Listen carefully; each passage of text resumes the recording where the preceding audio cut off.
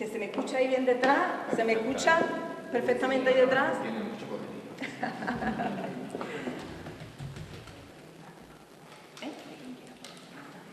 Me está diciendo mi compañero que durante la intervención quien quiera puede preguntar algo, o al final de la exposición, si me queréis preguntar cualquier cosa, también podéis intervenir, ¿vale? Y bueno.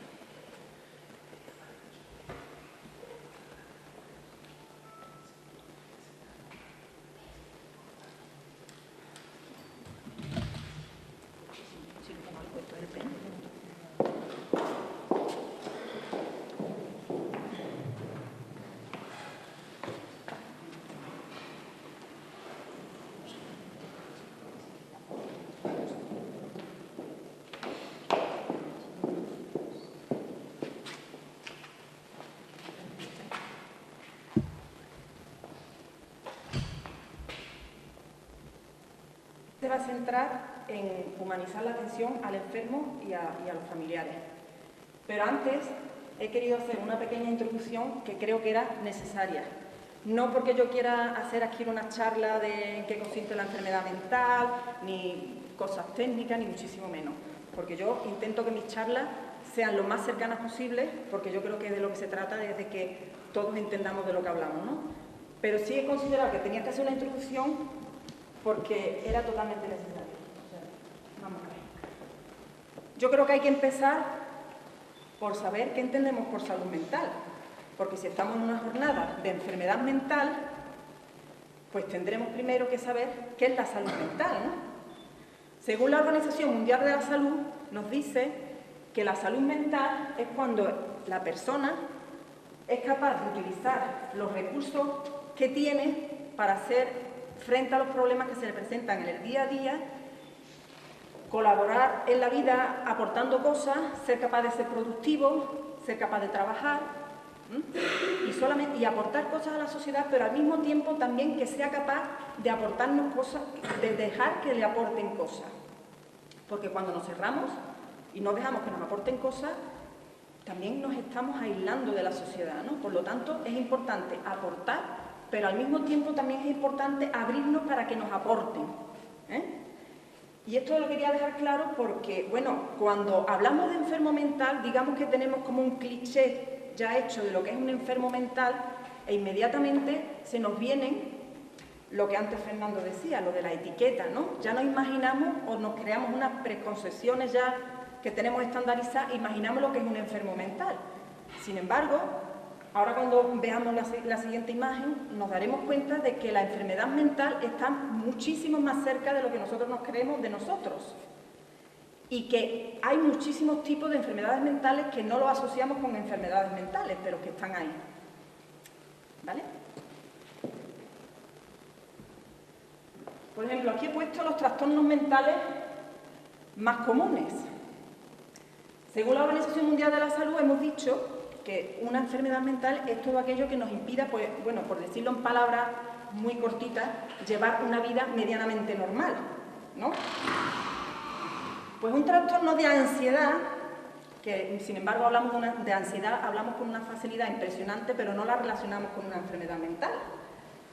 Pues una ansiedad no es nada más ni nada menos que un miedo ante algo infundado, ante algo que no existe.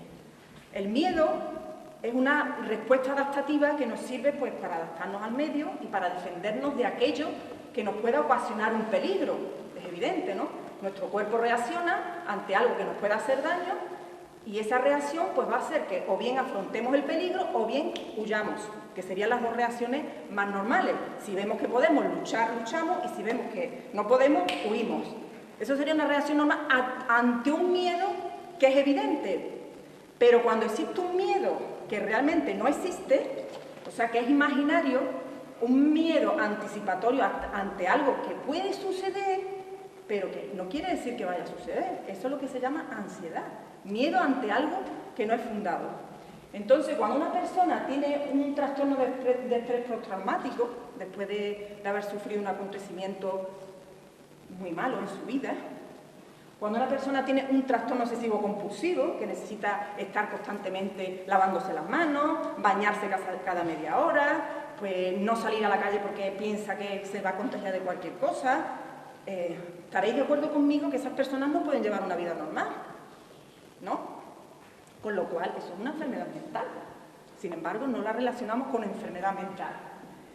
Después están los trastornos del humor, la depresión, una palabra que utilizamos prácticamente todos los días. ¿Quién no ha tenido una depresión en su vida? Yo creo que casi todos hemos tenido una depresión, es más, nos han tratado una depresión, hemos ido al médico, nos han mandado nuestras pastillas, pero tampoco han ido mucho más allá de por qué el origen de esa depresión, por qué estamos deprimidos. Tratamos el síntoma, pero no el origen, porque las depresiones están producidas por algo, las ansiedades están producidas por algo, ¿no? O normalmente suelen estar producidas por algo, aunque muchas veces no somos conscientes de por qué están producidas.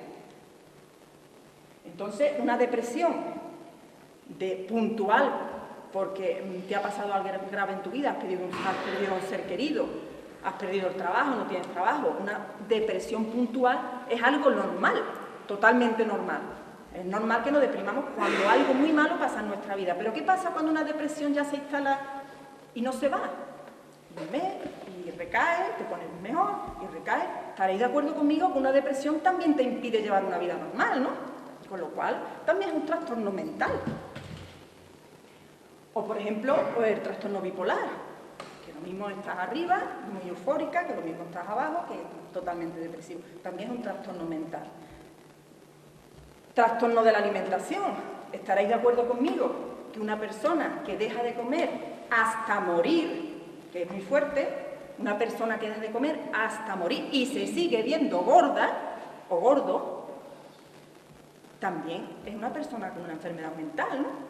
Porque tiene, para empezar, tiene una distorsión de su cuerpo total, porque incluso en los huesos se sigue viendo gorda.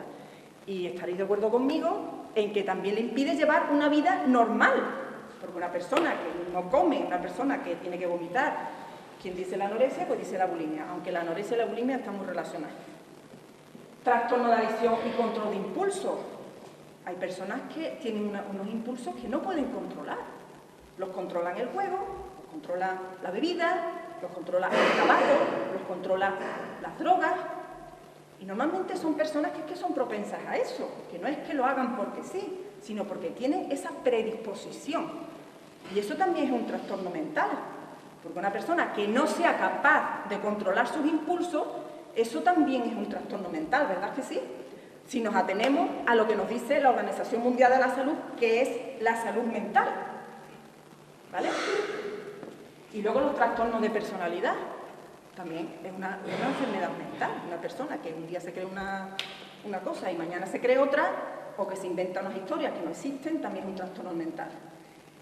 Esto lo he querido explicar no porque yo quiera dar datos técnicos, ni datos científicos, ni muchísimo menos, sino para que nos demos cuenta de que la enfermedad mental está más cerca de nosotros de lo que creemos, que es más normal de lo que creemos. Sin embargo, ¿qué pasa? Que cuando hablamos de enfermo mental, lo que se nos viene a la cabeza es esquizofrenia. ¿Verdad que sí? Es lo que se nos viene a la cabeza, la esquizofrenia, cuando la enfermedad mental son muchísimas más cosas. Y no solamente se nos viene a la cabeza esquizofrenia, sino que se nos viene a la cabeza, y permitidme que utilice esta palabra, aunque no me gusta, se nos viene a la cabeza loco, ¿verdad?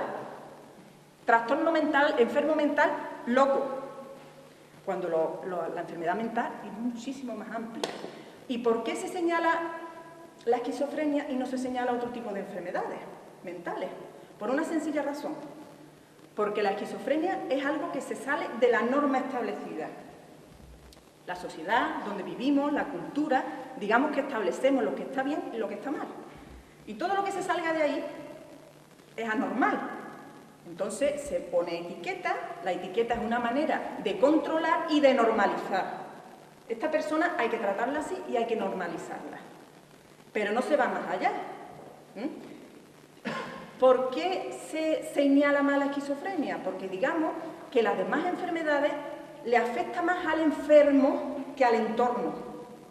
La esquizofrenia, quizás por comportamiento, que muchas veces no son así, pero que tenemos esa concepción de la esquizofrenia. No muchas veces, sino la mayoría de las veces no son así. Pero tenemos esa concepción de la esquizofrenia, entonces es algo que afecta al entorno.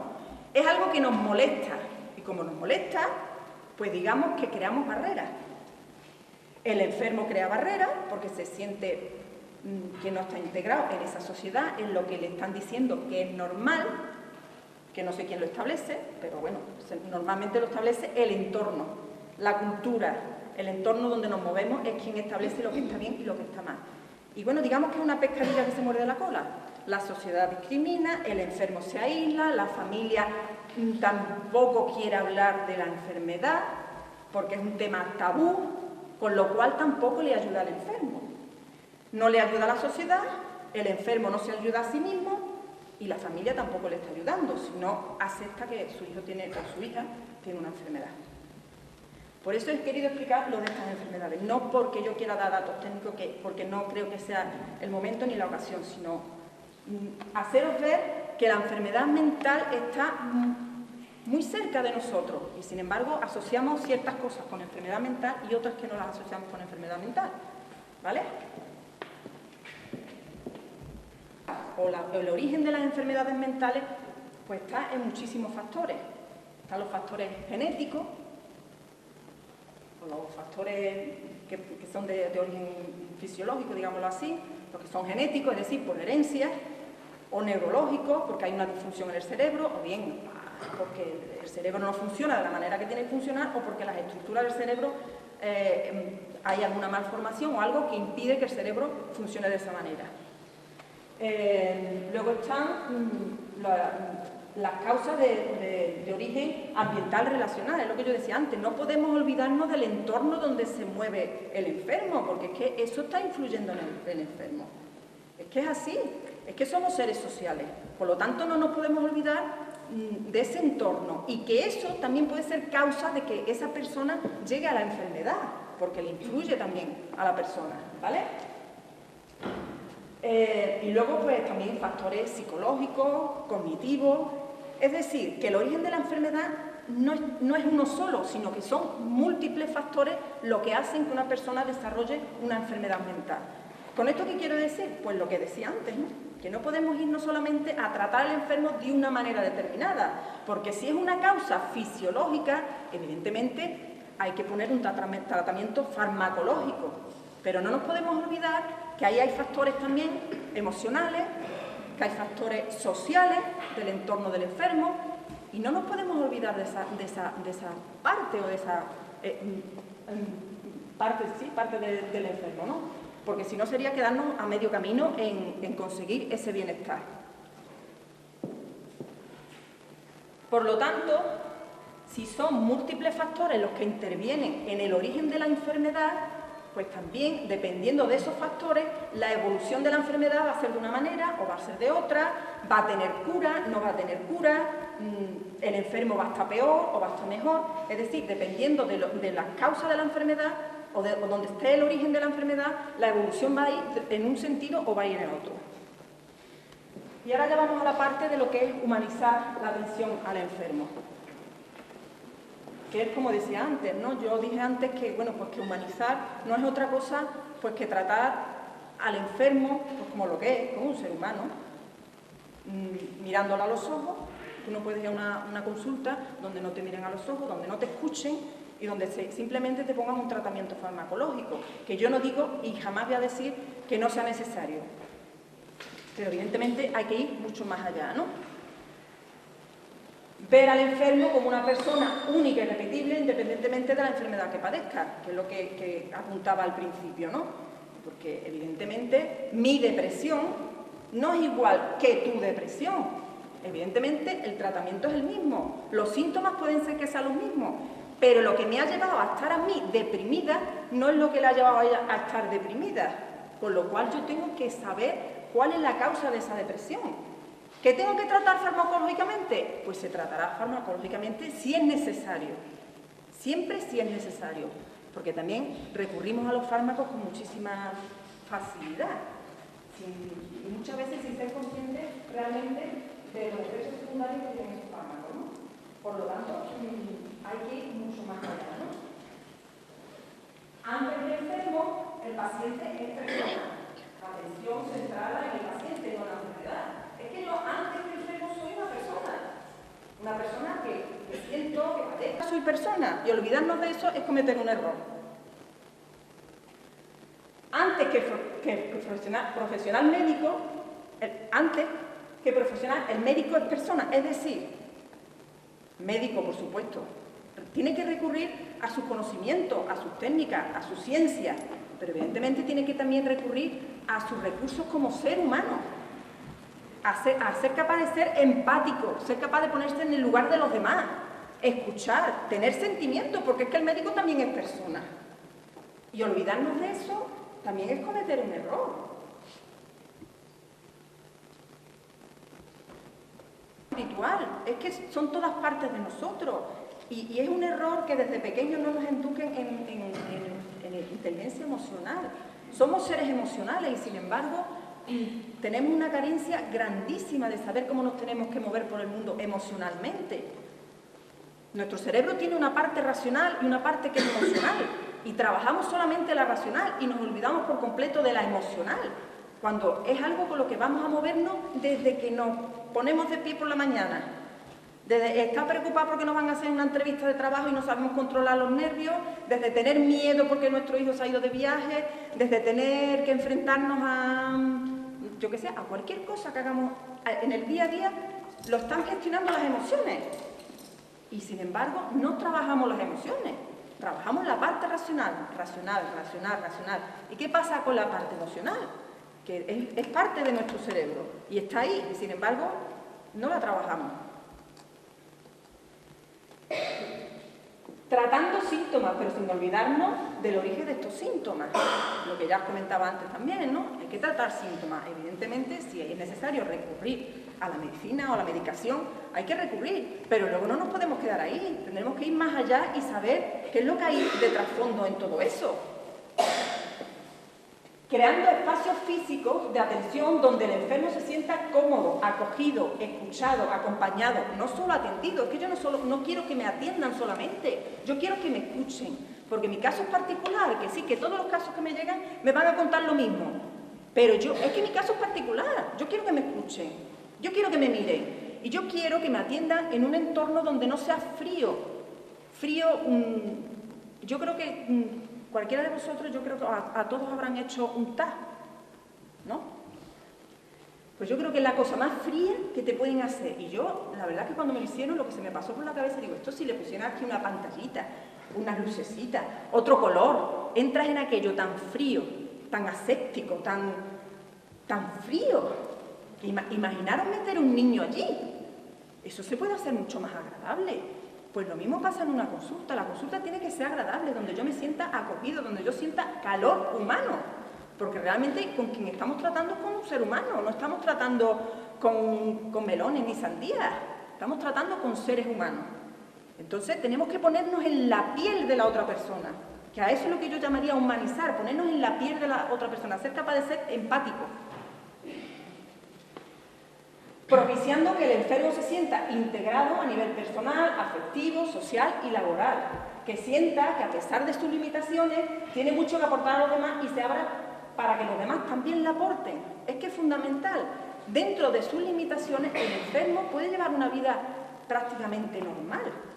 Si el enfermo se siente que puede aportar, se siente útil, que es capaz de aportar a los demás y además siente que los demás también le pueden aportar cosas, que vuelvo a repetir, es que es tan importante aportar, pero al mismo tiempo que te aporten, que nos abramos a los demás, porque si nos cerramos, tampoco estamos recibiendo nada bueno. Si nos cerramos porque creemos que no nos van a aceptar, que no nos van... Porque antes que hablábamos de etiquetas, las etiquetas, como veremos ahora después, están creadas por más de una persona, no solamente por la sociedad, que eso es lo que vamos a ver ahora después. En definitiva, despojando al enfermo de etiquetas que lo definen y condicionen su vida. Es decir, a nosotros no se nos puede venir a la mente persona con enfermedad mental y ya tener unas preconcepciones de esa persona, tener una idea formal de lo que es esa persona, porque es que es absurdo, porque cada persona, permitidme que utilice esta expresión que utilizamos en el día a día, cada persona es un mundo, y es así. Una persona con una enfermedad cardíaca pues será igual que otra persona con enfermedad cardíaca, pero esa persona no es igual que esta. ¿Por qué un enfermo mental lo vamos a etiquetar y vamos a decir, no, es que son todos iguales? Pues no, evidentemente no son todos iguales, son personas diferentes por completo, aunque tengan la misma enfermedad, ¿no? Son percibidas como contrarias a las normas establecidas, que es lo que decíamos antes, ¿no? La sociedad en la que nos movemos establece una serie de normas y todo lo que se salga de ahí es anormal. Y encima te colocan la etiqueta, eres anormal. Y como eres anormal, pues yo ya tengo que ir con una idea de lo que tú eres. Pero vamos, como digo, es algo social. Y por lo tanto, si el estigma es una construcción social, igual que se construye, se puede destruir, ¿no? Si somos nosotros los que lo construimos, pues lo único que lo podemos destruir somos nosotros. Y esto que estamos haciendo hoy es una de las maneras de destruir, de hablar de enfermedad mental, que no tengamos miedo de hablarlo. Es una enfermedad mental. Una enfermedad mental, nosotros, nuestra parte mental también forma parte de nuestro cuerpo, está ahí. ¿Por qué nos cuesta muy poco trabajo reconocer que tenemos, por ejemplo, un problema cardíaco, o que tenemos una diabetes, o que tenemos... Y sin embargo, no queremos hablar de enfermedad mental. Si no hablamos, nosotros mismos estamos creando etiquetas.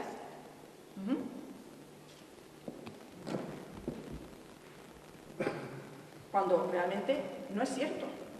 ¿Que haya caso? Pues sí.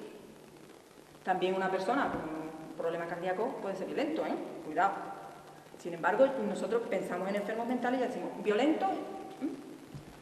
Por naturaleza. Sin embargo, está demostrado que un 97% de personas que tienen una enfermedad mental no son agresivos en absoluto.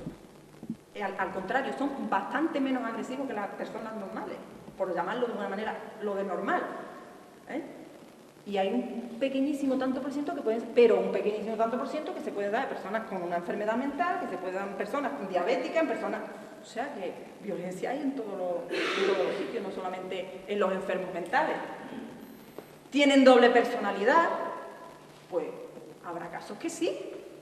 Pero ¿quiere decir que todos los enfermos mentales o todas las personas con enfermedad mental tienen doble personalidad?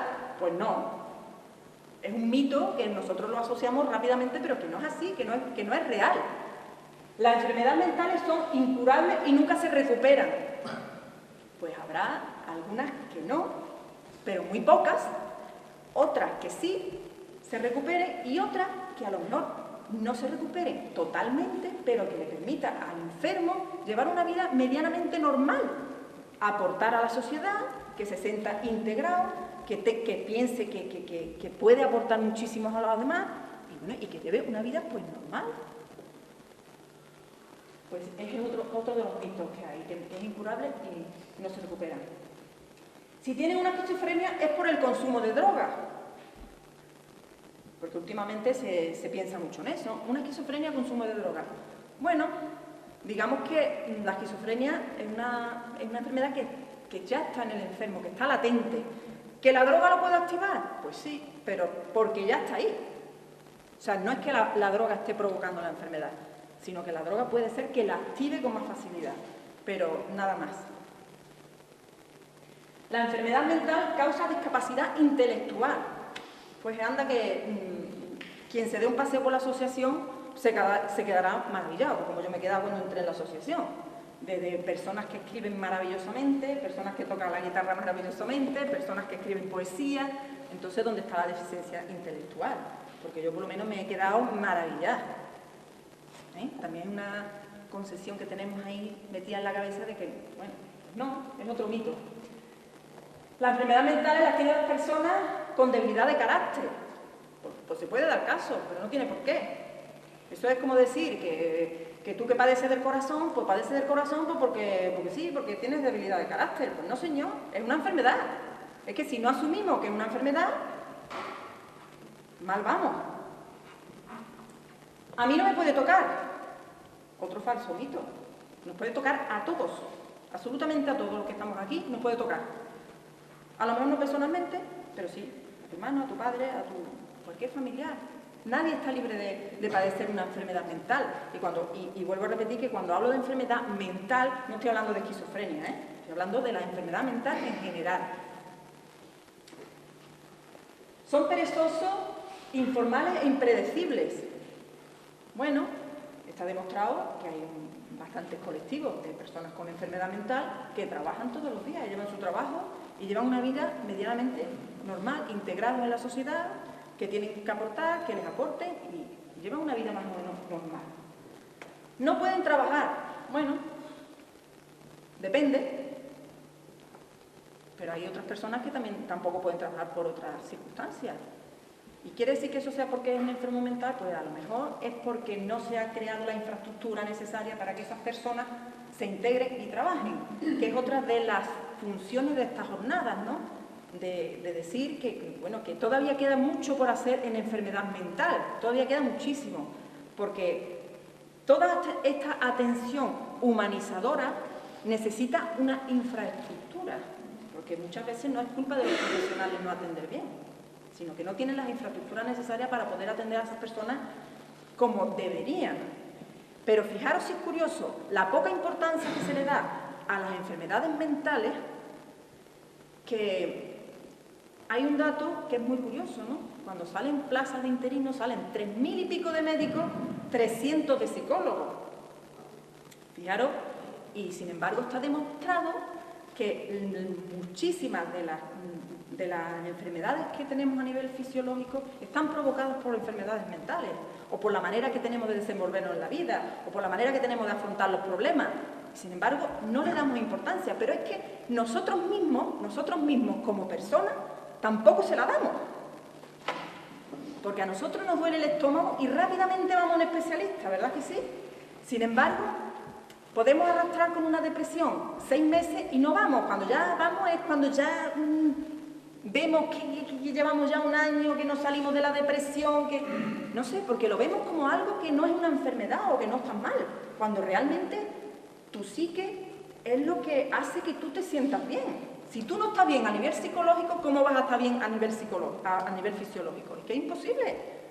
Y sin embargo, no queremos darle la importancia que tiene. Nosotros mismos, como personas individuales, tampoco le queremos dar la importancia. A mí me han llegado muchísimos casos que me dicen, uy, el niño al psicólogo, pero que mi niño estuviera loco. Pero a ver, es que un psicólogo no es estar loco. Y un psicólogo es simplemente que, pues, por H o por B, hay circunstancias en tu vida que pues no estás bien emocionalmente, o tienes algún problema, o no sabes afrontar los problemas, en fin, cualquier tipo de dificultad que tengas en la vida. Y es tan natural como cualquier otra cosa. Si te duele el estómago, vas al especialista del estómago. Pues si tienes algo emocional o algo psicológico que no eres capaz de afrontar, pues también hay que ir al médico, es que es así. Pues nosotros mismos no le damos la importancia que tiene.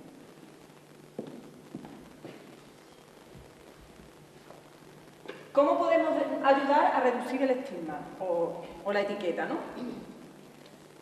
Como decía antes, eliminar la etiqueta no es solo una labor de la sociedad, sino también de los familiares y del propio enfermo. O sea, si yo me acomodo con mi etiqueta, como dice muchas veces Fernando, yo me pongo mi etiqueta, yo estoy enfermo y yo ya sé que ya no tengo que hacer nada por salir de aquí. Humanizar, entre otras cosas, es que mandar el mensaje al enfermo de que tiene muchos recursos para luchar, de que puede salir, de que puede llevar una vida medianamente que lo haga feliz. Porque al fin y al cabo de eso es lo que se trata, de que la persona sea feliz. Entonces, tenemos que transmitir ese mensaje de que tiene recursos para luchar contra la enfermedad. Entonces, es importante esa palabra que pone ahí, aceptación. Aceptación, enfermo, familia. Si la familia no acepta que su familiar tiene una enfermedad, difícilmente lo va a ayudar. Si yo no acepto que soy diabético y sigo haciendo mi vida normal, pues mañana me dará un yuyu seguro. Porque si a mí me ponen un plan de comida y yo hago lo que me da la gana, pues seguramente terminará dándome un yuyu. Pues esto es lo mismo. Si yo no acepto que mi hijo lo que tiene, o mi hija, o mi marido, o mi hermano, tiene un problema mental, lo acepto y a partir de que se acepte, empezaré a trabajar de una manera adecuada. Para empezar, no hay que ocultar que un familiar tiene una enfermedad mental. No hay que ocultarlo. Porque ¿acaso el enfermo o tú mismo como familiar eres culpable de tener una enfermedad? Nadie es culpable de tener una enfermedad. La enfermedad aparece pues porque aparece. Y lo que hay que intentar es buscar los caminos adecuados para facilitarle tanto al enfermo como a la familia de que esa persona encuentre la felicidad dentro de la normalidad o de la normalidad, entre comillas, porque yo siempre cuando digo normalidad, anormalidad, lo pongo entre comillas, porque para cada persona la normalidad es una cosa diferente, o por lo menos así lo pienso yo, que por lo menos sea feliz, que es de lo que se trata, y de que, bueno, y que intente llevar una vida pues lo más normal posible. Lo que he dicho ahora mismo, nadie es culpable de enfermar. Y desde luego lo de la aceptación es importantísimo, porque si no, la familia ayuda a crear etiquetas. Si yo no acepto que mi hijo tiene la enfermedad, lo voy a aislar. Si el enfermo no acepta que está enfermo, se va a aislar. Yo tengo una enfermedad y no pasa nada porque te lo cuento a ti. Y que sepas, porque realmente las etiquetas, por lo que más se producen es por desconocimiento de la enfermedad. Si yo te explico cómo soy, cuáles son mis síntomas, cómo me desenvuelvo, te darás cuenta y descubrirás en mí una persona que dentro de mis limitaciones tengo muchísimo que aportar. Ahora, si me oculto, pues al final termino no teniendo una etiqueta así, sino así, y ocultándote detrás de la etiqueta, ¿vale? El desconocimiento es la primera causa de la estigmatización, que nunca me sale la palabra. Por lo tanto, tenemos que aprender a hablar con naturalidad de salud mental, que es lo que os decía antes, que una de las primeras funciones de esta jornada es eso, que se hable de salud mental, que parece que es algo malo o algo... No, es que está ahí. Lo queramos ver o no lo queramos ver. Y mucho más cercano de lo que nosotros creemos. Y bueno, y luego quitar esa idea de que enfermo mental es esquizofrénico. No, perdona, enfermo mental son muchas más cosas. Muchas más cosas.